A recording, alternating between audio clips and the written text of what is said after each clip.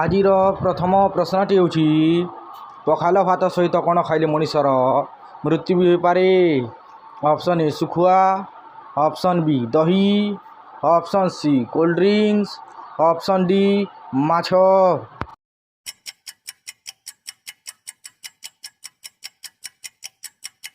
ପ୍ରଶ୍ନର ସଠିକ୍ ଉତ୍ତରଟି ହେଲା ଅପସନ୍ ସି କୋଲ୍ଡ ଡ୍ରିଙ୍କସ୍। ଦ୍ୱିତୀୟ ପ୍ରଶ୍ନଟି ହେଉଛି କ'ଣ ଖାଇଲେ କିଡ଼ନୀ ଖରାପ ହୁଏ? ଅପସନ୍ ଏ ଗୁଡ଼, option B soybean, option C coffee ମହୁ, ଅପସନ୍ ଡି ଗୋଲମରିଚ।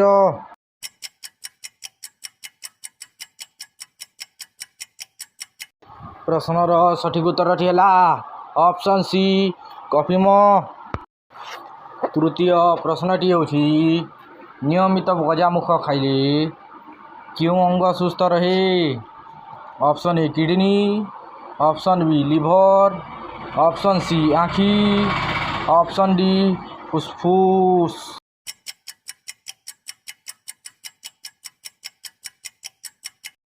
ପ୍ରଶ୍ନର ସଠିକ୍ ଉତ୍ତରଟି ହେଲା ଅପସନ୍ ଏ କିଡ଼ନୀ। ଚତୁର୍ଥ ପ୍ରଶ୍ନଟି ହେଉଛି କେଉଁ ଦେଶରେ ସବୁଠାରୁ ଅଧିକ ସୈନିକ ଅଛି? ଅପସନ୍ ଏ ଭାରତ ଦେଶ, ଅପସନ୍ ବି ଜାପାନ ଦେଶ, ଅପସନ୍ ସି ଆମେରିକା ଦେଶ, ଅପସନ୍ ଡି ଚାଇନା ଦେଶ।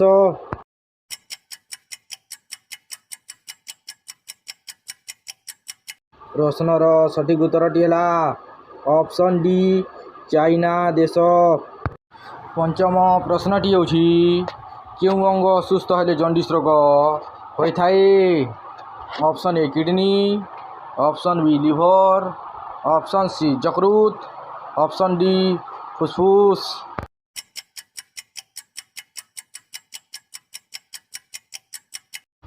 ପ୍ରଶ୍ନର ସଠିକ୍ ଉତ୍ତରଟି ହେଲା ଅପସନ୍ ବି ଲିଭର। ଷଷ୍ଠ ପ୍ରଶ୍ନଟି ହେଉଛି ଖାଲି ପେଟରେ କ'ଣ ଖାଇଲେ ବ୍ଲଡ଼ ପ୍ରେସର କଣ୍ଟ୍ରୋଲ ରହେ?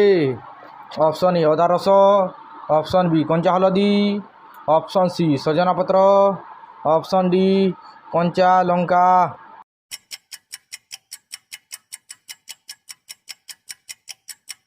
ପ୍ରଶ୍ନର ସଠିକ୍ ଉତ୍ତରଟି ହେଲା ଅପସନ୍ ସି ସଜନା ପତ୍ର।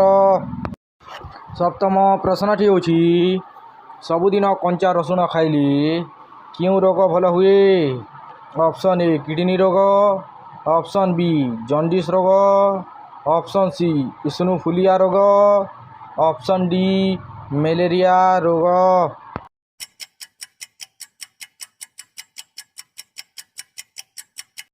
ପ୍ରଶ୍ନର ସଠିକ୍ ଉତ୍ତରଟି ହେଲା ଅପସନ୍ ସି ଇସନୋଫିଲିଆ ରୋଗ।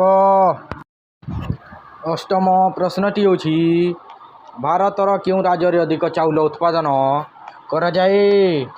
ଅପସନ୍ ଏ ପଶ୍ଚିମବଙ୍ଗ ରାଜ୍ୟ, ଅପସନ୍ ବି ଓଡ଼ିଶା ରାଜ୍ୟ, ଅପସନ୍ ସି ପଞ୍ଜାବ ରାଜ୍ୟ, ଅପସନ୍ ଡି ହରିୟାଣା ରାଜ୍ୟ।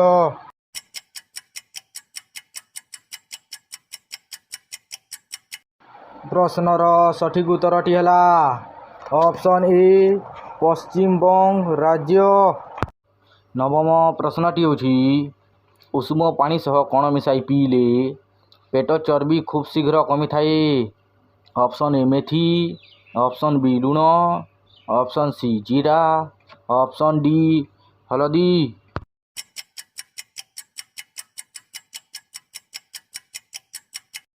ପ୍ରଶ୍ନର ସଠିକ୍ ଉତ୍ତରଟି ହେଲା option A methi.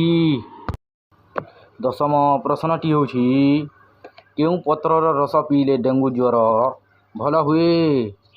Option A ପିଜୁଳି ପତ୍ର, ଅପସନ୍ ବି ବେଲପତ୍ର, ଅପସନ୍ ସି ଅମୃତଭଣ୍ଡା ପତ୍ର, ଅପସନ୍ ଡି ତୁଳସୀ ପତ୍ର।